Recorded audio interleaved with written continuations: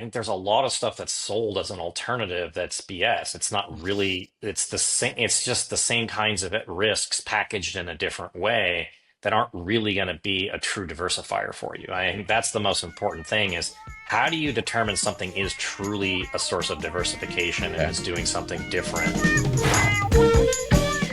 This podcast is for advisor use only and not to be distributed to the public. The Wealth Consulting Group is an SEC registered investment advisor, and the opinions voiced and contents in this podcast are for general information only and are not intended to provide specific advice or recommendations for any individual. All performance referenced is historical and is no guarantee of future results. All indices are unmanaged and may not be invested into directly. The economic forecasts set forth in this material may not develop as predicted, and there can be no guarantee that strategies promoted will be successful.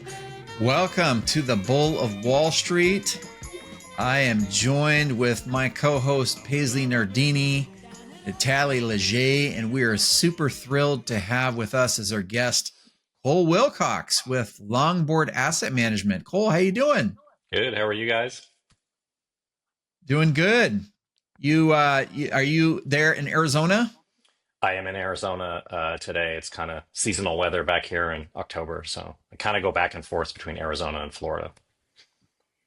And I heard you guys got a whole bunch of rain the other day. We got pounded with rain last 4 days. I think it was some kind of hurricane or something that came up from Mexico. Very rare for us to get that amount. I think it was the most amount of rain that we had in the last 8 years or something like that. So wow. That's interesting. So tell us about yourself. Tell us about Longboard. Where did you start? I know Paisley and Tally have got a number of questions. You and I talked. When was it? That probably a couple months ago. Yeah. And you're all about trends. So let's just jump in.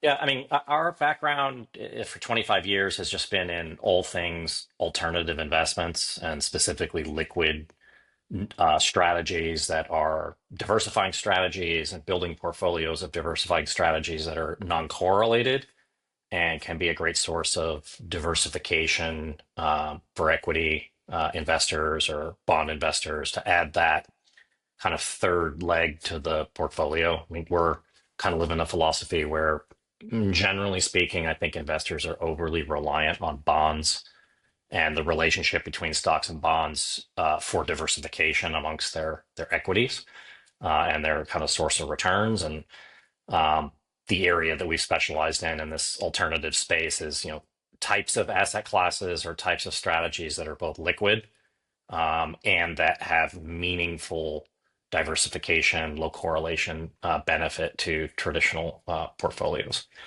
Our kind of micro niche that we have is all things trend following. Our specific strategies are trend and systematic trend in nature, and that's what our background kind of has been. Whether it's multi-asset trend following across every instrument in the world, from currencies, commodities, fixed income, and equities, long and short, to what our fund does and kind of its uniqueness on idiosyncratic trends on individual kind of securities. But yeah, I would say everything inside that trend following world for the last 25 years is what our specialized niche is.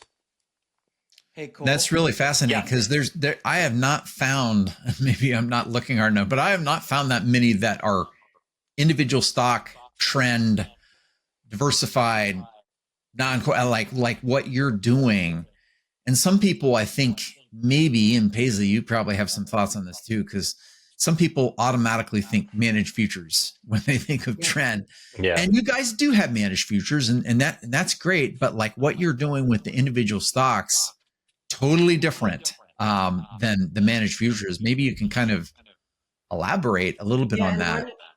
I want to make a comment before Cole does, because I had a conversation with Cole a week or so ago, and I would say completely flip the script from what I thought the strategy was. And so I think it's really important, if you're listening to this and you currently invest in trend following or managed futures, and you have an idea of how Cole's team kind of brings this to life through their strategy, I think it is truly unique and differentiated. So whether it be differentiating versus your equity beta or differentiating even from some of your existing trend strategies, a lot to offer here. So I just wanted to set the stage with that. Yeah, for sure. I mean, it's definitely different. I think the biggest misconception that we get is when we talk about stock, or I think investors in general or advisors, they hear the word stock and they automatically put a manager who might use those instruments in the traditional equity world, and then it just kind of gets confusing. Like, how is this an alternative, and is it low correlated and things like that? And so we've kind of learned, that it's very important to make sure that people are clear that this is actually a very low correlated strategy. It may not be the lowest correlation of all potential strategies that you can get, but it's certainly absolutely in the alternative bucket. It does something unique and different. And just because we focus on the individual subcomponent trends that are packed within inside of market indexes, that it's still very much a diversifying kind of asset and belongs in that diversification sleeve. If I could just jump in, and Yep. before we get too much into the weeds, I know we're going to go there, but just a kind of general kind of conversational question, just to help our audience a little bit. I'm reminded of that famous quote by Marty Zweig, of course, the trend is your friend until the end when it bends. And as you say, you're a trend follower. But I wanted to ask you about regimes, because I know that they matter to you too, Cole. So Yep. we're in a bull market like this, and everyone thinks they're a genius. How can you help? How does your strategy kind of fit into that kind of overall trend, if you will? Well, the everybody feels like they're a genius because the market, went up. I don't know that I have a solution to that. I think that's just I've been investing since the mid '90s and have had the experience to go through many different, market cycles. I think how I came about trend following for me personally was I experienced the 1998 kind of crisis from long-term capital management, and the internet bubble, then the blow up of the internet bubble, then the recovery, and then the '08, kind of financial crisis. So that early first 5 years really said, I guess there's got to be a better way of managing risk. I had a healthy respect for risk because I lived it in the real world. Outside of maybe COVID, in the last 15 years, we haven't really had a major, kind of market crisis or kind of the cycles that I had early on in life. I think for investors in general, a lot of it is just you got to learn the hard way and kind of go through and experience it, unfortunately. Or you have to be a student of history where you're really taking the time to study and go through it. Or most importantly, you have a financial advisor like you guys where you are a student of history and you have gone through it and you're helping tamper down, the kind of animal spirits that your clients have, or the greed, or just the not knowing, or their emotions, to kind of put them in a position to do the wrong thing or get overly excited about something that is kind of just like a temporary phenomenon. That's where the role of, I think, a financial advisor plays like the biggest roles, helping clients not be their own worst enemy and kind of succumb to the worst kind of behavioral investing that happens and after periods of great success, or things have seemed like they've gotten very, very easy. And I'm very smart, and I just haven't gotten to the point where the markets have humbled me yet. So, well, thank you for that. And to be clear, you are amongst friends, and Jim and Paisley did formally launch a new innovative liquid alternative strategy here for WCG. Yeah, cool. Yeah, so Cole, I guess just following up on kind of what we're talking about with trend. So I like you. I love the technicals. I look at the fundamentals, but I look at the technicals too, and CMT, and I often get people kind of confused or conflating, momentum with trend. And sometimes, especially when you have a market like this, that some of these momentum names, and we own some of them, we're going to be completely transparent. Some of these have done very, very well. Yeah. But sometimes people think that because there is some momentum, there's trend, that there's not risk management, that there's not, trying to diversify and have lower correlation. I mean, what do you think? What do you tell people when people ask you? I'm sure you probably get some same questions about that, but trend and momentum can be completely different. Yeah, I mean, I think to the average person, they think they're the same thing. Momentum, trend. How would they know the difference? Between those words sound very similar. Yeah. I consider them to be cousins, right, of one another, but definitely not, the same thing. The traditional momentum, kind of studies, I would say the primary difference is they're much more short term, in nature than what I consider to be trend, at least in the equity kind of world, where you are kind of stack ranking the biggest winners and the biggest losers and kind of rebalancing your portfolio maybe once a month, once a quarter, and kind of high turnover type thing, and your average hold time is not very, very long.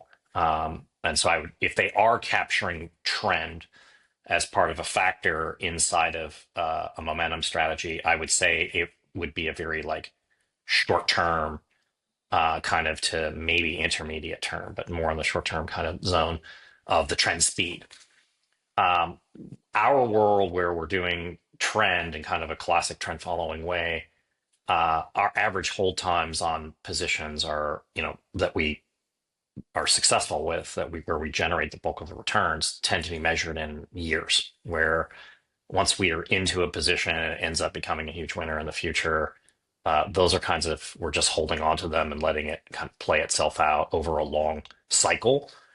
So I consider us to be more investors than we are, traders in that kind of a world. I think momentum is very much like a trading strategy, and I think our approach is more of an investing strategy with very disciplined risk management, kind of as part of what it is, because even investors still have to go through major market drawdowns, maybe not all the time, but once a decade you're going to get maybe a 50% decline in the market, and you're going to have to kind of go through that. And no amount of equity diversification, no matter how many stocks you own, are going to prevent you from having that kind of systematic downdraft in a market crisis, 73 to 74, or a 2008 type thing.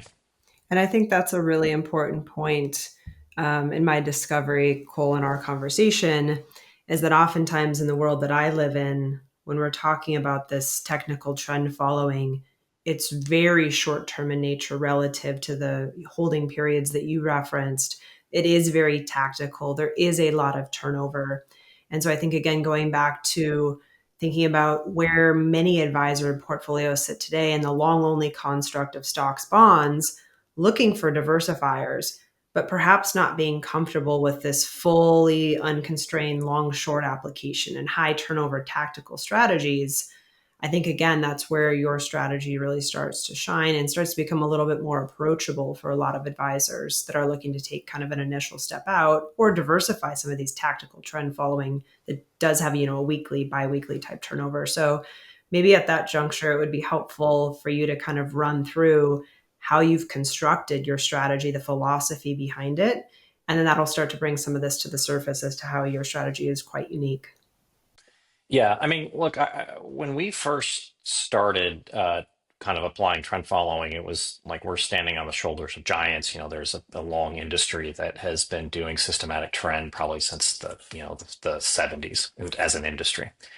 When I kind of discovered it as an approach, maybe in the late 90s, we initially did all of our work and it was on multi-asset trend, commodities, currencies, fixed income, equities, the typical managed futures kind of thing that you see. And my first position in it was just allocating out to these managers. I came at it as an allocator investor first approach. And one of the things that I what we wanted, right, was we loved the idea of low correlation or something that was completely, different and acted different than equities, and it would be a great complement to the equity investing side of it. And you could see these events where it historically a multi-asset managed future strategy did well during a market crisis. So there were a lot of like features of it. We're like, oh, that's really interesting, compelling crisis alpha kind of thing that the managed futures industry is there. What we started to see though and experience is in theory it's there, right? There is great low correlation. Probably the lowest correlation of all the strategies out there would be a typical long short managed futures type strategy. But at the same time, as great as this theoretical diversification is, in the real world, it also is one of the most challenging and difficult, frustrating asset classes to hold, for people, because it's a blessing and a curse where you have this super low correlation, but then the results of that is it moves very independent of other asset classes, especially when other asset classes are working. And it just creates a lot of investor frustration, like where you can go 9 out of 10 years can just be very annoying, emotionally challenging things to hold, for people. And just kind of in the real world, what I saw was people got in trouble with their managed futures kind of allocations because the investor experience just wasn't palatable, for them. It wasn't because you very infrequently suffered or had the kind of environment where they pay off and you're like, oh, I'm really happy with this managed futures, kind of thing. And then so our approach was more, when we started doing the research, it was kind of twofold. One of them, there was already all the work that had been done. Every little rock to turn over in new research had already been done in the multi-asset kind of world. So there wasn't a need for more and more research to do these trend following strategies, multi-asset. But what we started asking questions was, how come nobody was applying the systematic trend framework to the individual components of these indexes? You guys are trading all the indexes, you have this exposure, but you're just doing it at the diversified index level. And we said, aren't there a lot of cross-current trends fighting each other, things like that? Wouldn't there potentially be more signal to noise ratio if you were looking at the individual securities and kind of unpacking it that way? And we just didn't find anybody in the industry that had actually either asked those questions or published research on it. And we just found it to be a very intellectually curious exercise to start with. And we published this paper in 2005 called Does Trend Following Work on Stocks, that basically showed this big empirical study that it does in fact work and is quite effective.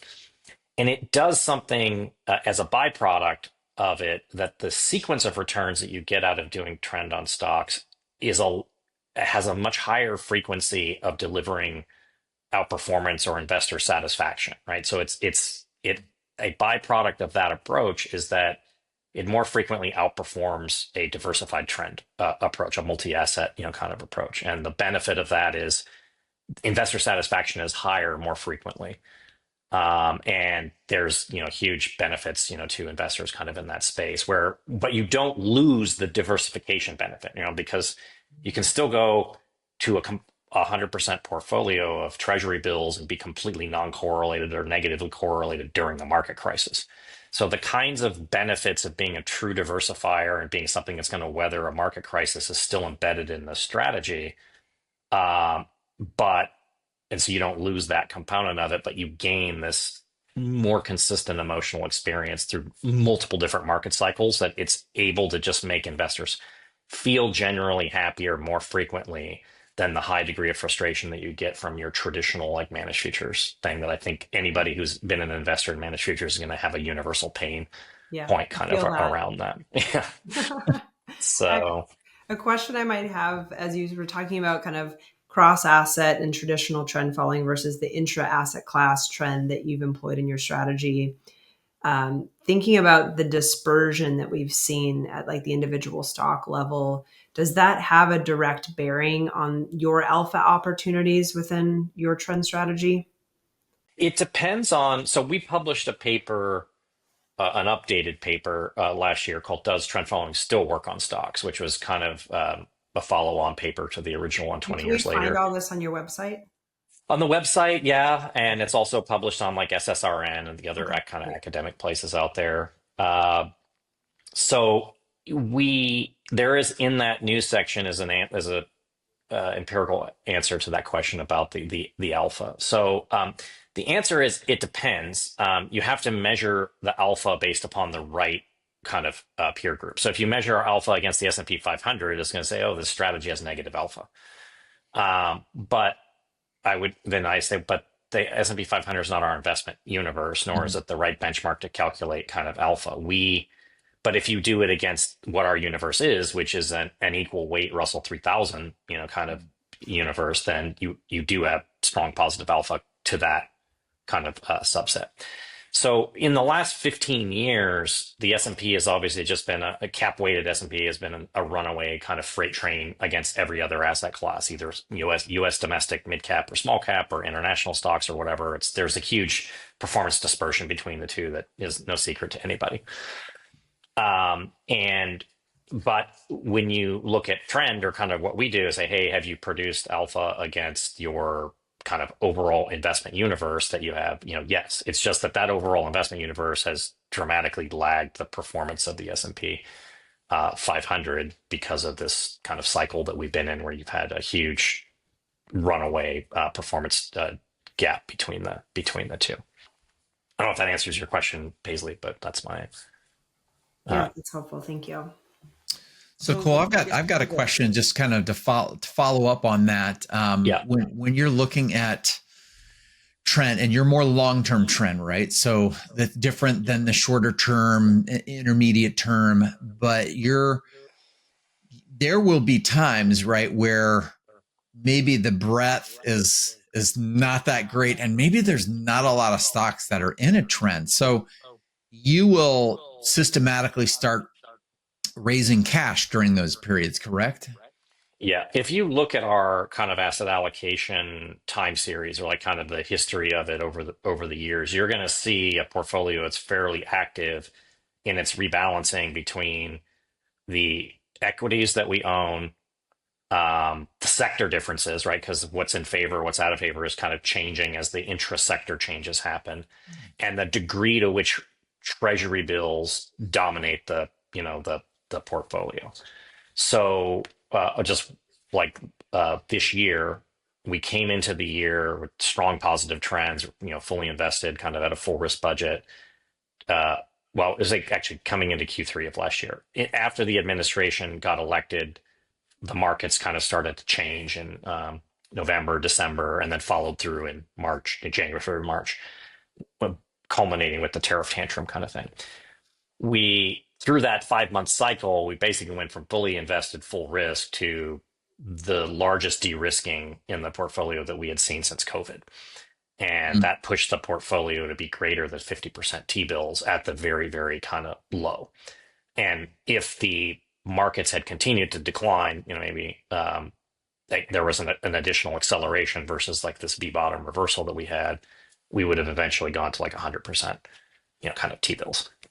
So this is not a long only strategy. It very much can be 100% negatively correlated T-bill portfolio in a market crisis. It just really depends on what's playing out in the general market trends. And I feel like that goes back to your risk management. This is not like, I know there's some other technical strategies that may look a trend, but they're fully invested and sometimes they're very high beta. So this is very much looking at risk, and then you cap your position sizes as well. So it's very diversified. Probably best to compare this to a tactical strategy than more of a long short strategy. Would you agree?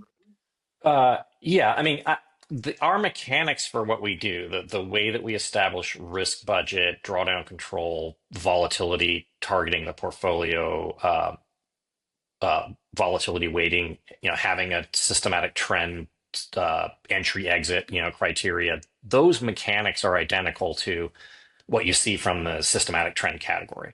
So any manager that's in the Morningstar systematic trend category, like our architecture of what we do is identical to those. Interesting. To the managers, at large. So I think that's actually a better fit. But what makes us different, if I look at the differentiation between one trend manager and the other, it really comes down to market selection and trend speed. What markets do you have in your portfolio, and how is that kind of influencing? If you do commodities only and you don't do currencies, fixed income, and equities, then that's going to give you a certain path sequence of trend following. We happen to just do something that's unique in the industry, that we only do individual securities to kind of take signal from, which we see that we have a higher signal to noise ratio in that than if we were doing it on, say, just stock indexes. But the output is still the two primary asset classes that we own in the portfolio is either going to be heavily dominated by T-bills in bad market environments, or heavily dominated by the best performing trends in US equities. But we don't have a preconceived notion around what sector that's going to be, or kind of what's going to happen in the future, or any kind of fundamental bias, right, that goes into our portfolio selection. So it's fully unconstrained, but it's also predominantly U.S. equities, right? You don't go outside. Yeah, you'll have companies obviously that have they're only U.S. listed companies. So it's the Russell 3000. So every stock that is a member of the Russell 3000 is what is our investable universe. That's your universe, okay. And then we'll filter out the least liquid stocks kind of out of it, because we don't want to be in the bottom rung microcap kind of things for liquidity and whatever. Like probably not a lot of microcaps in there, just because there's not a lot of liquidity, right?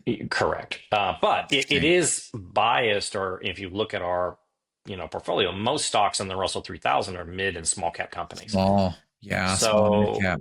The opportunity set that we have is very different from what people's typical equity exposure kind of is, or what, even if they have an alternative strategy, long short equity, the kinds of equities that a long short equity strategy or a category has is going to be heavily dominated by mega cap kind of stocks. So we were able to pick up on the future winners of these companies that after the fact people want to own, but they don't really have any exposure kind of in their portfolio. So we have unique and interesting names in the portfolio, unique and interesting trends.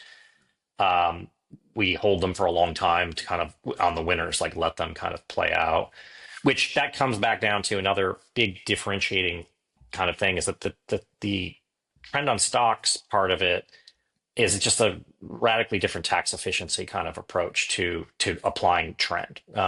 Futures, 1256 treatment, you're getting long-term, short-term capital gains. There's no such thing as a deferral, unrealized gains, because you're getting mark to market every year. So you basically get some form of tax distribution every year from your typical managed futures type strategy. 10 years of running our fund, we've never paid a cap gain distribution, because we're holding on to winners as long as we can to let these big trends kind of play out, and deferring gains and unrealized gains. And yet at the same time, more than 55% of the investments that we make or put on end up getting stopped out at a small loss once the risk management kicks in, which is a natural tax loss harvesting kind of approach to the strategy. And so we're constantly tax loss harvesting, building up those tax assets, which then are used to defer any future long-term capital gains, and kind of balancing the two against one another, so that over time, you're able to get this benefit of trend, to get the hedging, benefits of it, and to do it in a lot more tax efficient way than what you would see from a typical futures trend approach. Yeah, I think that's really important too, because so many advisors, when they're evaluating alternatives, they're then looking, is this going my qualified versus my non-qualified accounts? And so the ability of this to kind of be in all portfolios, I think, is important. Let me just jump in here, and I wanted to go back and ask a follow-up question to what Paisley was asking you. And what I heard was when there's kind of a wide dispersion between the best and worst performing stocks within your universe, that can be a challenge to performance. But the flip side, and maybe this is a two-parter, but the flip side of that, what I'm hearing, and correct me if I'm wrong, when correlations are rising and breadth is improving as it is, has been recently. I think Russell 2000 has been one of the performers off the April lows. Is that the kind of environment where you thrive, Cole, and not just like across assets, but within markets? And I bring that up because I mean, pretty much everything except the dollar and maybe government bonds are at all-time highs, whether it's gold and Bitcoin, stocks, real, even home prices are still near all-time highs. So that's part A. Yep. Part B would be what happens when the trend changes? Because I was sitting in the Simplified conference, and there was some managed future operators on the stage that were complaining about their peers getting whipsawed and kind of digging out of the hole from March and April. Sorry, that was long-winded, but there's a lot to unpack there for you. Yeah, I think there's three different things. So the cap weighted or the performance dispersion part.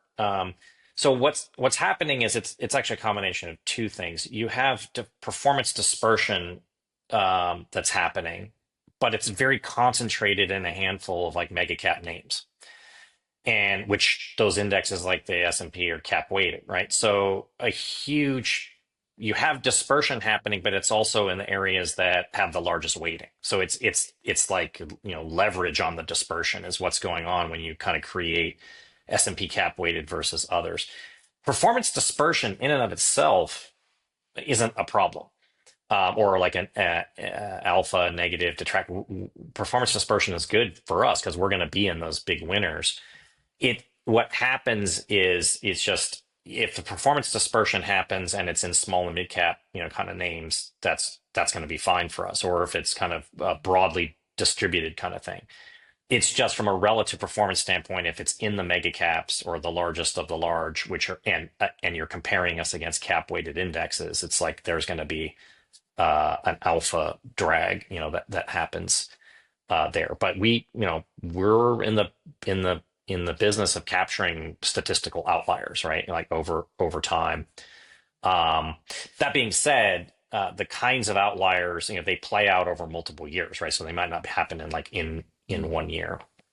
But that's my answer, I guess, to that kind of question there. The best kind of environment for this would have been like, say, 2013. That's probably the best returning year that we've had recently. And what did you have going on? You had a solid relative performance happening from small and mid cap stocks. So that sector was doing well. So our portfolio, which tends to own more stocks like that, is benefiting, from it being kind of in the right area for relative performance. You had very low volatility or, limited whipsaw, right? There wasn't a lot of back and fills. Kind of the market just went up a little bit every month, pretty much for the whole year. And the combination of that, of like, you're in the right stocks and the trend was like the perfect, like the endless summer wave kind of thing. It was like the perfect wave that year. You end up just doing very, very well. This year it's not just the cap weight. So that's a factor of like the outperformance and the dispersion is coming from the largest stocks that don't have a lot of, position sizing in our portfolio because we have small bets across a lot of positions. But it's also more the whipsaw of what happened this year, by going to 50%, kind of and putting on your risk management and doing what's necessary to respond to things. I mean, we didn't know, nor would we ever, know that, hey, that was going to be the low and things turn around. We have a process, we follow risk, and you just got a head fake, right? This is one of the false positives that frequently happens with trend. And what happens is, that hedging in that calendar year isn't free, right? So 2025, our hedging and our going to T-bills will cost us money by not, because there was just an immediate, kind of reversal. There's other years where it doesn't cost you. 2008 didn't cost you. Your hedging worked and you went to the end. So collectively over time, if you take a 10-year window or a 20-year window and you look at like what was the cost benefit of hedging, like it actually is a net positive where the collective decisions of all of those, hedging and risk management was super beneficial. But if you just look at one data point where it's like, hey, this was the 1 year and there was a false positive, it's going to be like, well, this thing got it wrong. that's going to happen. We don't get it wrong every single time. It's not, we don't need to get it right every single time. We need to, when you do have a big blow up, we need to have been successful and managed risk.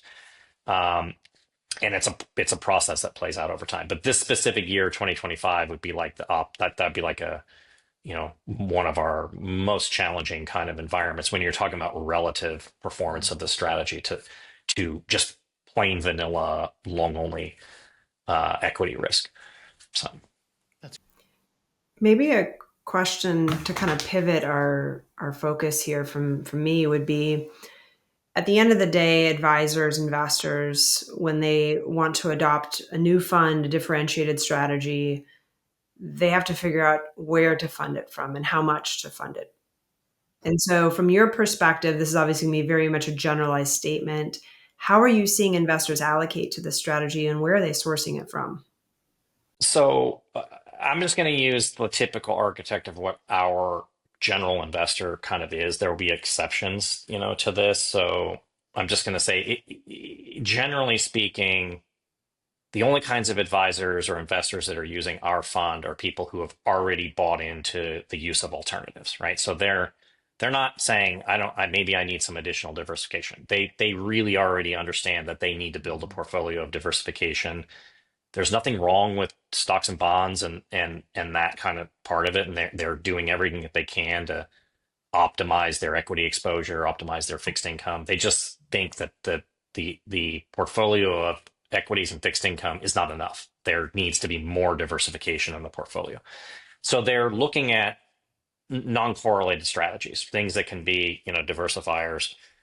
What we do, and this is kind of like in our tagline on the website or whatever about optimizing liquid alternatives, is we approach it from a funding mechanism and say, let's look at the whole portfolio of what you're doing in this area, and let's figure out which managers or which strategies are actually adding the most value, which ones are worth paying fees for, and do you have the right mixture kind of between the two. So our funding, or where an allocation typically comes from, is from somebody's existing diversification, bucket, and then going through an optimization process to let's make sure that can we enhance the returns?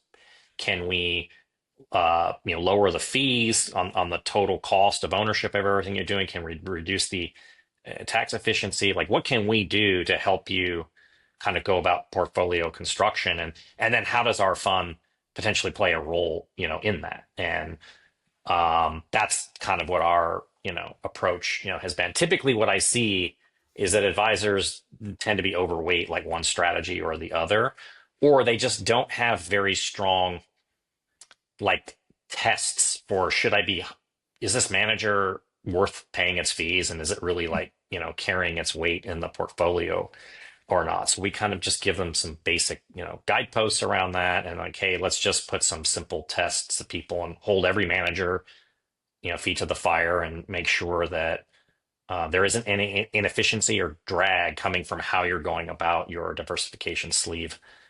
And I found that's the best place to look for opportunities, that exist for where it gets funded from. So would you say an average allocation to that? I'm just thinking based on my own experience. I mean, probably 5% easily could make it a 10% allocation. Do you see allocators, give more in a portfolio than 10%? To their overall diversification sleeve, or to one manager? To your strategy in particular. I'm just thinking, because this is unique, it is equity based, but it is more of a low correlation strategy. Alt sleeve is going to, anywhere from 10 to 20% for most advisors. So what part of the total portfolio can your strategy kind of take out? So we're of the opinion that if you're running these kind of alt strategy and you're building it, you really should be using a minimum of 3 different strategies that are the best managers in what they do, that are also very uncorrelated to each other, right? So if you're using 3 managers that are all multi-asset trend followers, that's like you're using 3 large cap equity managers. They're all doing the same thing. The risks are the same. They're just diversification in name only. So we're very uncorrelated to any alt strategy out there. So we add value by blending us into a portfolio, regardless of what you're using. But I would argue that you should never be putting maybe say more than 30% of your portfolio into one strategy, and you should not be using less than three. I think that just from an engineering and robustness. So if you're going to put a 20% slug of your client's overall portfolio, into an alternative diversifying, kind of thing, you should, of that 20%, you shouldn't have more than 30 going to one specific manager or strategy. And you really need to make sure that those strategies are truly unique. They don't have the same strategy. They don't carry the same risk. They don't have the underlying holdings. They're not going to have drawdowns at the same time. And that's honestly what I see, like, mostly is I see a lot of portfolios that are constructed that are just simply very redundant. I've got 5 trend following managers. Like, okay, but they're 5 trend following managers that are 90% correlated to each other. So while you do have low correlation compared to equities or whatever, you do not have intra-strategy diversification, and you're gonna kind of come up against these cycles of like, hey, this particular strategy sucks for a long period of time, and it's going to be frustrating, to you. We're trying to optimize not just the returns that you get from it, but your year-over-year investor experience, your ability for your clients to see that what you put them in this alt sleeve or this diversification sleeve, doesn't have to, test their patience for 9 years and then just have one payoff. It shouldn't have to be that difficult to have this kind of like ownership of these things in your portfolio. But that comes down to portfolio construction. So I get think the that's all really cause. valuable. What I'm hearing is, we understand we're trying to stabilize returns and protect the downside, minimize downside capture, but it's also possible to have too much of this stuff. And maybe, as you say, 30% or more is going to dampen your upside capture, especially when we're in kind of dash to trash situations like we've been in since the April lows. I mean, it's absolutely fair. And I think what I always point out is at the end of the day, whether you like it or not, a 60-40 portfolio is kind of the default benchmark for, whether or not you're going to get fired, by a client, or because every other advisor, out there in the world's got some kind of 60-40-ish portfolio, or, whatever. I'm using that as just a generalism across the board. If you radically underperform that for an extended period of time, then that's going to be problematic because the marketplace is not kind of, doing that.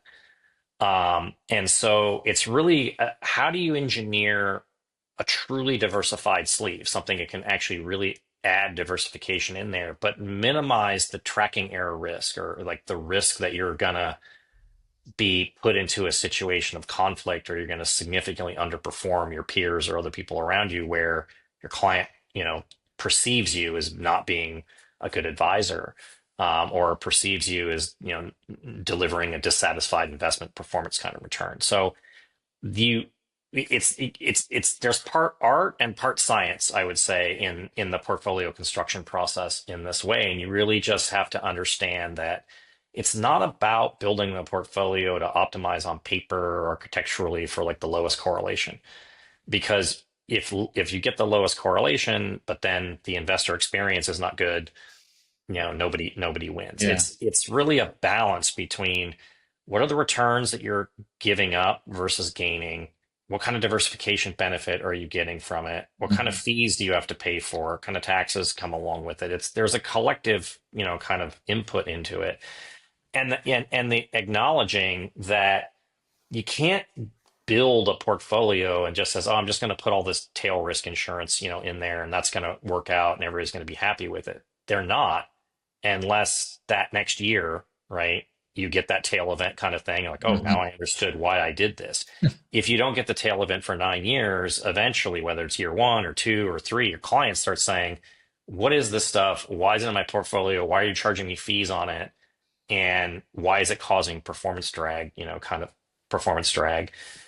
the portfolio, which is all going to be based upon probably some very short-term, look back window of a year or 2 or kind of whatever. And that's where I kind of look at it, is that you have to understand there's a real world constraint of investor behavior when it constructing these things and finding the right balance between the alternative portfolio construction and the traditional, and kind of what you have to give up or what you gain, and finding that fine line between the two. So important. And I want to go back actually to a comment you made early on in our conversation here, which was talking about investor experience and going back to that post GFC environment where so many diversifiers and liquid alts disappointed clients, disappointed advisors, and they've really kind of vacated the alt space. I think in the last 12 months, we've started to see diversifiers come back in vogue.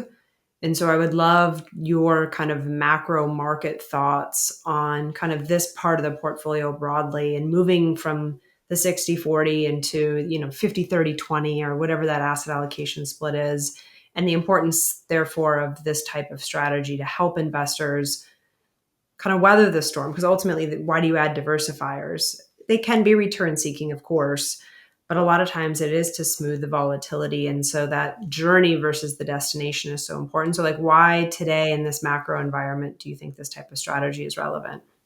Well, I think that the strategy is relevant, probably, for a number of reasons. I mean, the biggest one is we're obviously going through a significant, reckoning as it relates to debt, and debt as it relates to, US dollar, kind of things. So there's an ever growing, I'm not coming at it from like a doomsday kind of thing. Oh, like Ray Dalio, like, oh, it's all gonna blow up next year when this, happens. I'm not saying that. I'm saying that we have nothing but ever increasing, kind of debt. We have an imbalance between the two. We know that, and that has implications in the economy and and for asset prices and things like that. So alternatives, which those kinds of issues can create problems for companies. We have inflation, we have other kinds of stuff that can negatively impact certain business models or positively impact other business models. I think that it's important to build a portfolio that recognizes that we can have growth cycles, we can have inflationary cycles, we can have deflationary cycles. The environment that we're in right now is probably like a little bit, weird and unpredictable, and maybe some of those debt related stuff may have a bigger impact on, fixed income, and the ability for fixed income to be a good store of value, for you, kind of like going forward in time. And you see other asset classes working, right? Like gold, as an example, right? Great performer, great low correlated asset. You don't have to have a hedge fund strategy or something to get a low correlated asset in the portfolio. I think that because of all that, like, the risks of debasing, currency, the risks of, debt, and the implications of all those kinds of things that we're in right now make it more challenging for just a base case 60-40 portfolio that, it did well for a long period of time, but we were in a deflationary environment, pro growth for 20 years. Of course, like, that's going to do very well. And stocks and bonds were ever decreasing correlations between the two. It was just easy. I think we're in a much more challenging environment, now and on a go forward basis. Like, the problems we have to get out of are not just going to magically go away. And that process of going through that, I think, diversified portfolios that acknowledge that you have these risks and that are well constructed to handle different things are probably going to perform, better than just your base case, kind of basic diversification. It would be my, point on that. Like, obviously, we could be wrong, but I think that's the case for why more diversification. I'm not saying you have to have trend following strategies in there. I'm saying there's a lot of different ways to build more diversification. I just think you should not be solely dependent upon bonds and fixed income to be your sole source of equity diversification. I think there's bigger risks than ever with the fixed income side of it and its ability to both diversify you and preserve capital. And, that would be my argument for why you should have, a 20% slug into or more into a truly diversified portfolio, whatever you choose to put in there.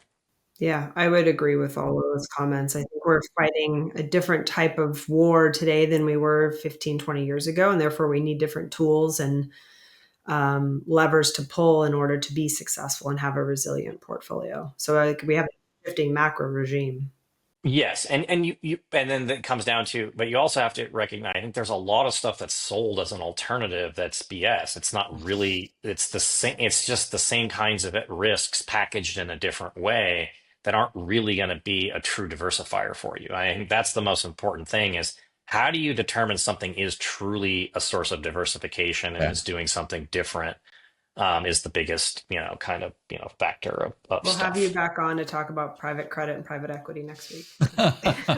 Save that for another episode. Private credit, private, debt, private other kinds of things. I'm just saying, like, Private you beta. can, private beta. I mean, it's just a math, accounting kind of gimmick. So, but private, public, it's all the same stuff, except for the fact that you just don't change the prices. It doesn't make the risk go away. What does Cliff say? Volatility laundering, something like that. The private equity volatility laundering, kind of stuff. I mean, so, it's just there's a lot of things that are there in the. But you just, when you break it down to what do you actually do, what risks do you take, and like a common sense approach to, well, are those risks different than the general risks of being an equity investor? No, they are not. Is that generally different than the risks? Is private debt generally different than the risks of being a public debt investor?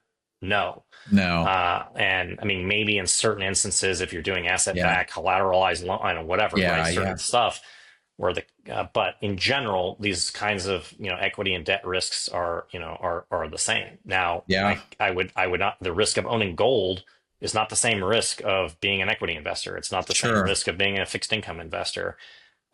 So that's where I look at things and say, this thing is potentially a truly, it's not risk-free. There's tons of risk of owning gold and silver, but it's a different kind of risk. And that's what's important. So Cole, I want to ask you about right now, how your portfolio is positioned.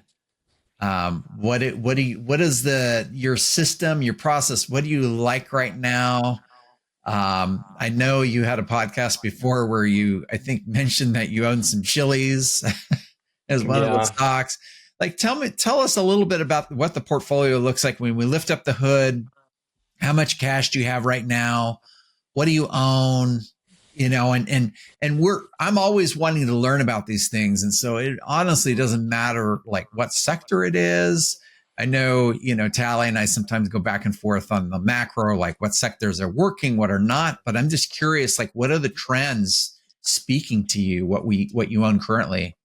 Yeah, they're not going to be that surprising because they haven't really changed. So the biggest change in this year, like I said, we came in, the trends started to deteriorate in the beginning of the year with tariffs, and we went kind of risk off or into a very hedged position.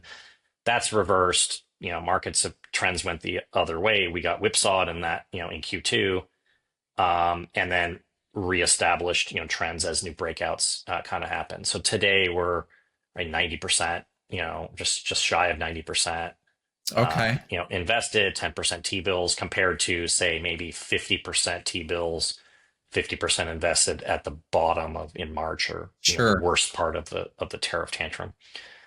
So position, for follow through and breakouts, it's dominated by, I don't know, it's probably 80%, 85% small and mid cap names. The two largest sectors are still, which these have been ongoing trends for years, industrials and financials are the two biggest, weightings.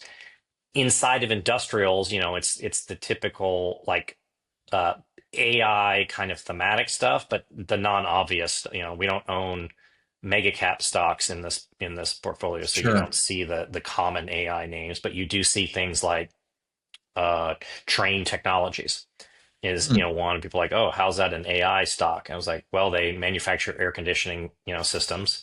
Every one of these. Do you have two trains? You can't stop a train. That's can't stop a train. By the way, we both like industrials and financials. So tell us more. Yeah, so every AI data center kind of in the world, these chips and GPUs produce a lot of heat. that Yeah. heat needs to be cooled, and the way that they're cooled is they throw a bunch of air conditioners from Train on top of it. So every Yeah. AI data center hires Train to, or their peer group like Comfort Systems things. So we own those kinds of things, right? Where there's a We lot own of Comfort Systems. It's done very well, but and it's cool. traded along with AI, but it's an HVAC company. So. It's an HVAC company that you realize that their growth is all coming from AI GDP spend, right? Yeah. So like this CapEx that's happening in AI is translating into like non-semiconductor, stuff, right? Like there's other ways that businesses are employing people and making money. Interesting. Whatever. Well, And as long as they keep building the data centers in Arizona, then I think that they can benefit. Right? Yeah. When they smarten up and they start doing it in Alaska or wherever, then we got to watch that. Yeah. And so, but then you got to be able to put it somewhere where, can you heat it? Can you produce the power, locally and cool it in the same area? So that those people would have a geographic location benefit. But those are the kinds of, I don't know, like names that we own in the portfolio, or in the financials. It's not necessarily like banks, but like we've owned Arthur J. Gallagher has been a top holder in the portfolio for a long time, many years. It's a commercial property casualty. Well, they do, I guess, lots of lines of business, but it's a commercial insurance broker, right? So they just broker. It's like one of the greatest business models in the world is commercial insurance brokerage. You don't underwrite risk. You just do brokering. Yeah. It's a renewal based business. It has ultimate high margins and low churn. It's way better than software as a service as an industry in terms of the economics of the of the business. And it's something that you sell a product that everybody is regulatorily mandatory to buy. You don't have to buy Salesforce or any one of these other software. That's a voluntary market, but you have to. Government forces you to buy insurance across these things. So it's a great business model. And that's great because I love how the trends sniff out these companies, these names, right? You're not having to go through a bunch of financials and you don't have to have like a whole bunch of sector analysts to find these things. You find them through, price and how they behave, right? So that's unique. I'm very big on the markets are the best collective intelligence, the best price discovery mechanism. Like in that way, markets are very, efficient. That doesn't mean that the price is correct every day. But I'm saying markets in general that are open and free are efficient at price discovery and getting to the truth. 100%. And ultimately, and this is where I deviate from all of my other peers in trend. If you ask XYZ managed futures person, why did you make money in that trend? Like, why did corn go down or go up or whatever? They would just kind of tell you it doesn't matter, or they might give you some hedger, speculator, risk premium, whatever. It's really never like a very clear black and white, kind of answer. They just like, well, it's in the data and we do trends and statistically this works. One thing about equities is, these are operating businesses. And they either work or they don't work. And in the end, we're very much, of the mindset, like the whole Mr. Market, right? Like in the long run, the market is a weighing machine, and in the short term, it's a voting machine. Right. So it's going to be a popularity contest. You can get speculative bubbles, but over time, companies that go on to be very, very big winners and are super successful is because they were very good at solving a problem and they created a lot of value in the world. That value translated into they made a lot of earnings and they made a lot of money, and their shareholders did, very well. So the kinds of businesses that we end up making a lot of money with over time, like their stock trends tend to follow the long-term earnings, it's very rare that you ever get like a 10-year trend that works out or some company like never makes money. It's possible, but it's very, statistically like an outlier versus generally it's a company that's, made a lot of money, kind of over time. So fundamentals and those kinds of things absolutely do matter to whether or not you have a sustainable trend or you have a sustainable investment. We don't use the fundamentals to predict, right, what's going to happen. But I know that in the end, whatever we ended up making money on was a company tends to be very successful financially at the fundamental level. Makes a lot of sense. There's an economic point to it, right? You may not see it until after the case, but yeah, that makes a lot of sense. Tally. So I had a question. I'll put on my Jim Warden cap here for a second. And if I'm putting words in your mouth, Jim, just call me out. Oh, I will. So I wanted to ask you, Cole, about your risk management process. This is about as kind of in the weeds as I'm going to get. But sure. Jim runs a quantitative stock selection model for us, in which we have part of our risk management process is position limits, and we can let the winners run, but we also, we trim them. We trim, but we also sell our losers pretty quickly. But I wanted to ask you about position sizing. How do you handle that? And do you use, stop losses? The higher the price, the higher the stop. What is your process there? Yeah. So we, it's a systematic trend following process. So once we're in the trend, like, hey, this thing is broke out, we purchased it, right? And it's in the portfolio. Every position has a stop loss, behind it, or a sell criteria says we're gonna sell it. We use a volatility derived stop losses. So basically, some unit of volatility or average true range that's behind something. Where, let's say, if a stock drops by 10 ATRs, average true range, we're going to set. Now, every stock is there. The average true range for each stock is going to be different in percentage terms, because a high volatility stock will have a higher average true range and a low volatility stock will have a lower average true range. Our risk management, or the money we're going to lose, is the delta between the current market price and that stop loss point. So every day that we come into the world, we say, I don't ever want to have a drawdown, say, greater than 20%, right? So the amount of risk budget is defined by us. And I'm going to take that 20%, and I'm going to then say, what are all the positions that we have signals on? What's the distance to stop on all of those things? And then algebraically, it's just going to solve for how many shares should I own of each one of these positions if I want to have equal risk across each holder. And it's going to tell me, to get to solve for 20% total portfolio risk, you should own XYZ shares of each one of these, companies. The highest volatility stocks are going to have the proportionally lower dollar amount exposure, and the lower volatility stocks will have proportionally higher. But if they both get stopped out, we're going to lose the same amount in terms of portfolio risk. And then we just do that every day. The next day happens, you get a new market data point, you recalculate, the whole portfolio, and do whatever rebalance trades that are necessary. So if some stock just goes parabolic and it's way far away from its stop loss, our risk management system is going to say, hey, this thing is out of whack relative to the target risk, and you need to trim some of this position in order to bring the open risk back in alignment with what your target risk should be.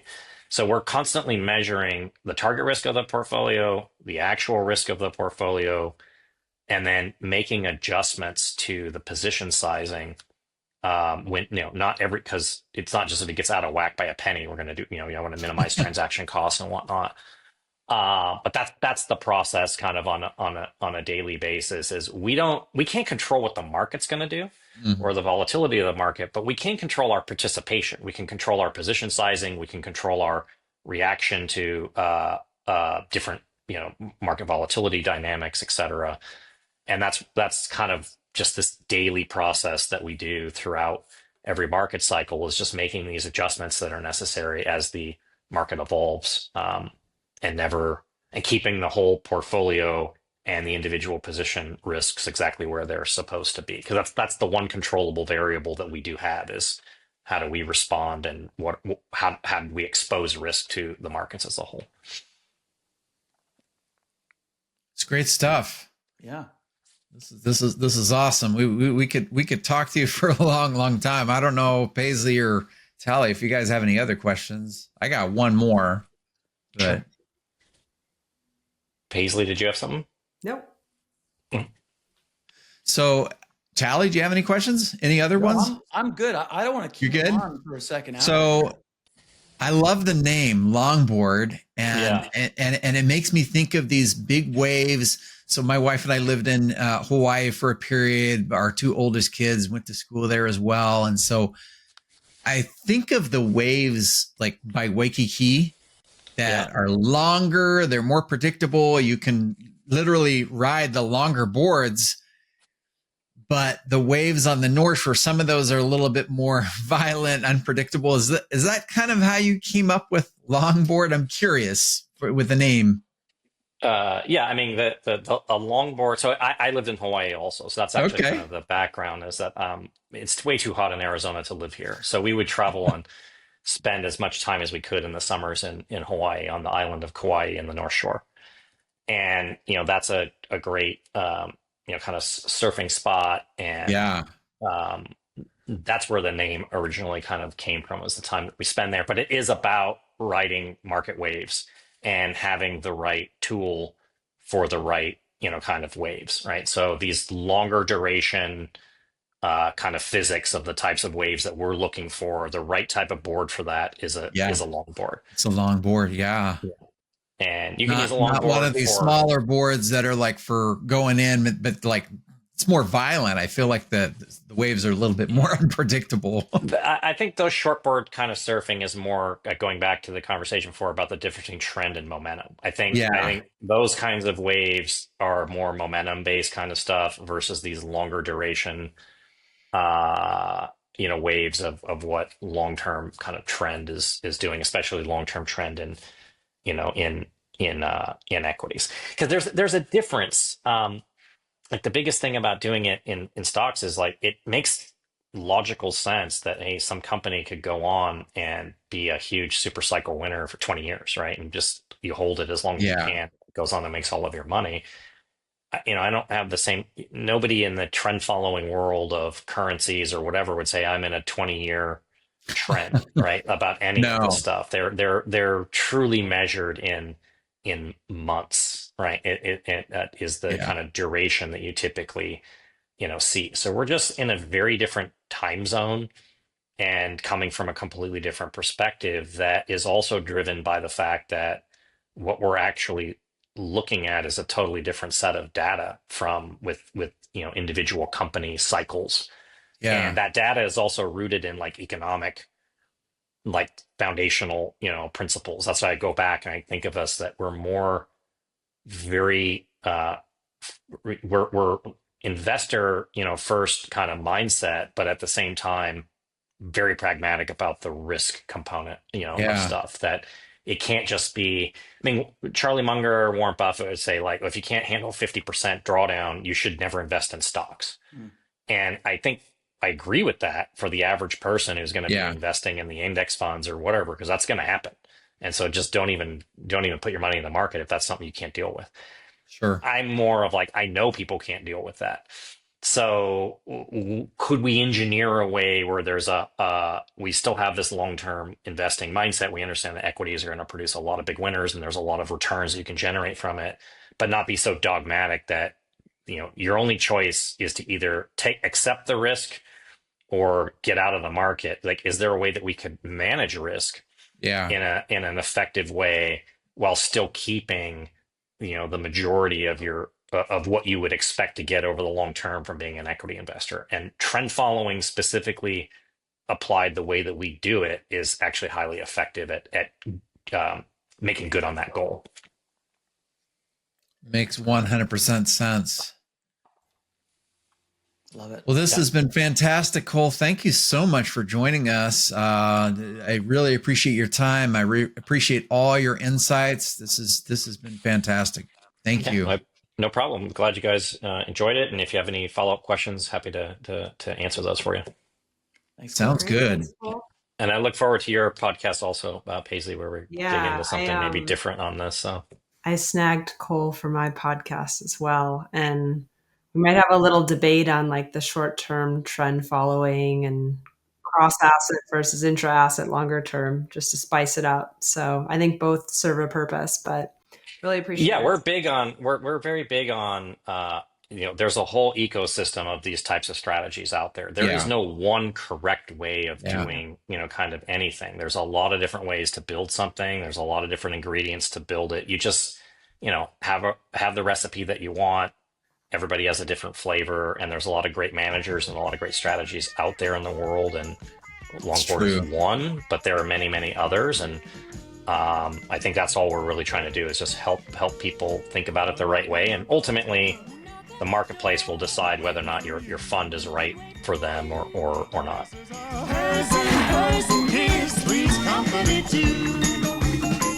Come and dance on our floor. Take a step that is new.